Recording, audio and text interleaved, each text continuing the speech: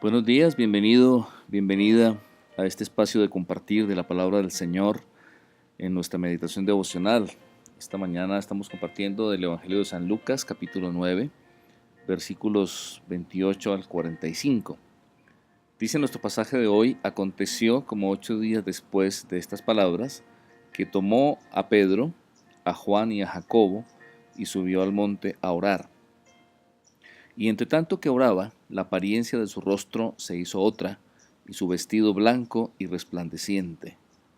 Y he aquí dos varones que hablaban con él, los cuales eran Moisés y Elías, quienes aparecieron rodeados de gloria y hablaban de su partida que iba Jesús a cumplir en Jerusalén. Y Pedro y los que estaban con él estaban rendidos de sueño, mas permaneciendo despiertos vieron la gloria de Jesús y a los dos varones que estaban con él.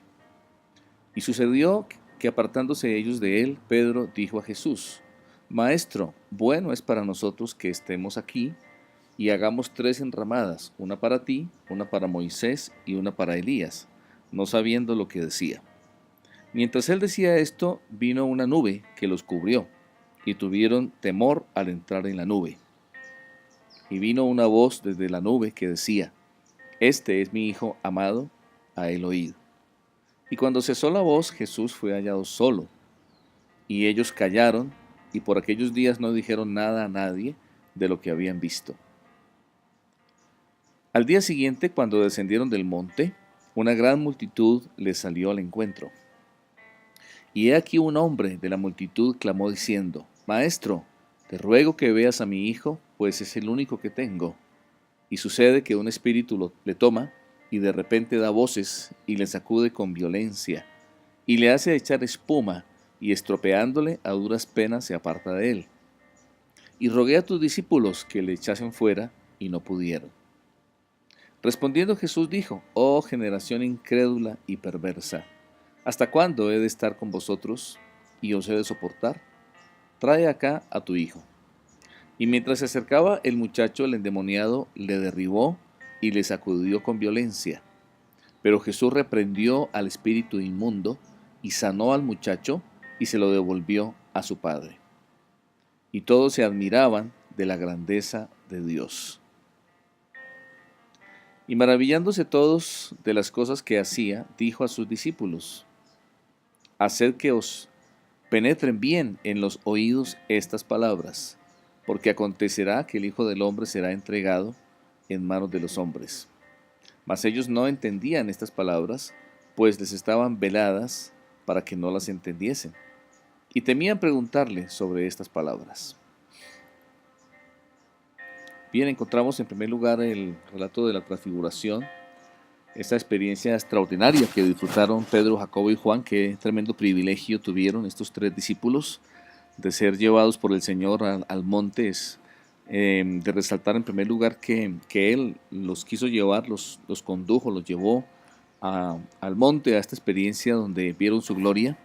En la primera epístola de Pedro, versículo 16 al 18, Pedro expresa acerca de esta experiencia lo siguiente: dice: porque no os hemos dado a conocer el poder y la venida de nuestro Señor Jesucristo, siguiendo fábulas artificiosas, sino como habiendo visto con nuestros propios ojos su majestad.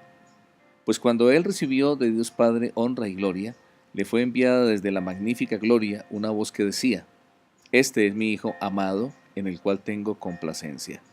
Y nosotros oímos esta voz enviada del cielo cuando estábamos con él en el Monte Santo.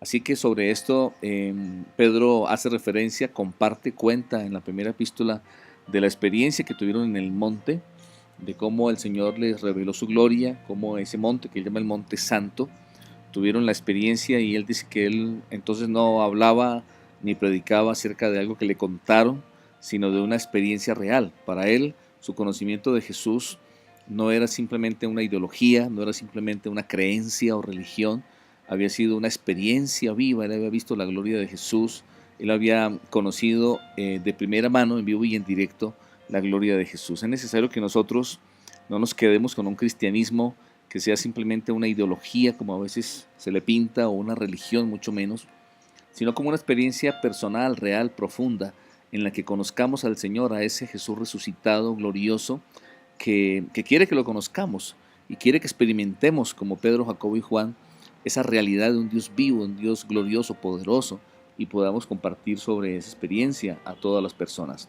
El versículo 20, donde dice que su ropaje resplandeció porque una luz resplandeció desde adentro, no era el vestido el que brillaba, no era una luz externa, era el Señor mismo el que resplandecía y el que hacía resplandecer la ropa. Así que es lo que tenemos que entender. Cuando leemos en la palabra de Dios en Génesis sobre Adán y Eva, que estaban vestidos con ese tipo de luz gloriosa, cuando pecaron, esa luz se apartó. Por eso dice que ellos conocieron que estaban desnudos o descubrieron que estaban desnudos. No tenían ropa antes, no se veían desnudos antes, y entendemos que es porque esa gloria que le vemos en la transfiguración al Señor en el monte también les cubría a ellos, les resplandecía esa luz, los cubría en su desnudez, y esa misma luz tendremos en la gloria en el cielo cuando estemos con el Señor.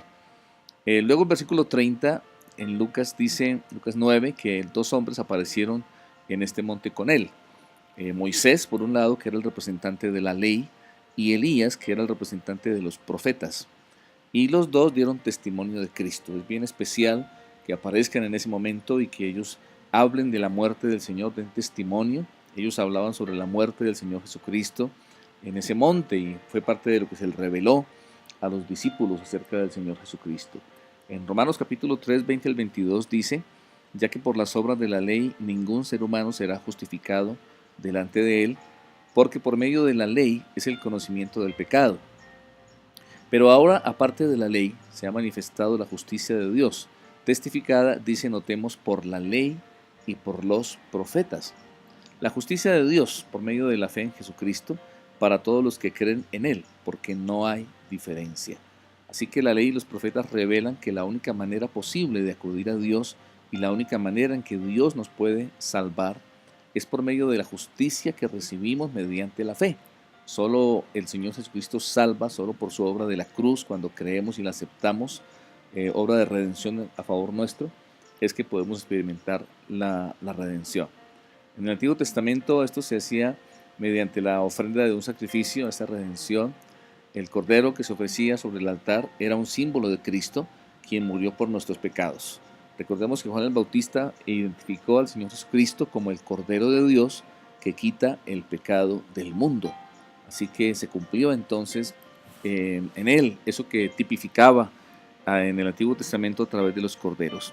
Ellos vieron su gloria en el monte, luego descendieron y un joven que estaba endemoniado fue liberado. Él no se quedó en el monte como quería Pedro que se quedaran haciendo las enramadas. Ellos descendieron a cumplir la misión. Necesitamos tener esa experiencia de conocimiento profundo, íntimo de Dios, ver su gloria, pero no quedarnos ahí, sino bajar entonces en el sentido de ir allá afuera donde está la gente que no conoce de Cristo, a llevarle su amor, a testificar de Él, a llevar sanidad, a llevar liberación, como este joven que fue liberado, y a vivir para el Señor, como Él descendió, Él dijo aquí a morir, a dar la vida por nosotros.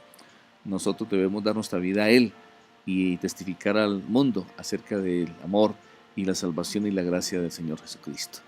Qué hermosas enseñanzas, qué preciosos pasajes que hoy podemos compartir. Para mí ha sido un privilegio. Deseo que Dios bendiga tu camino en este día. Tengas un excelente día en el nombre de Jesús el Señor.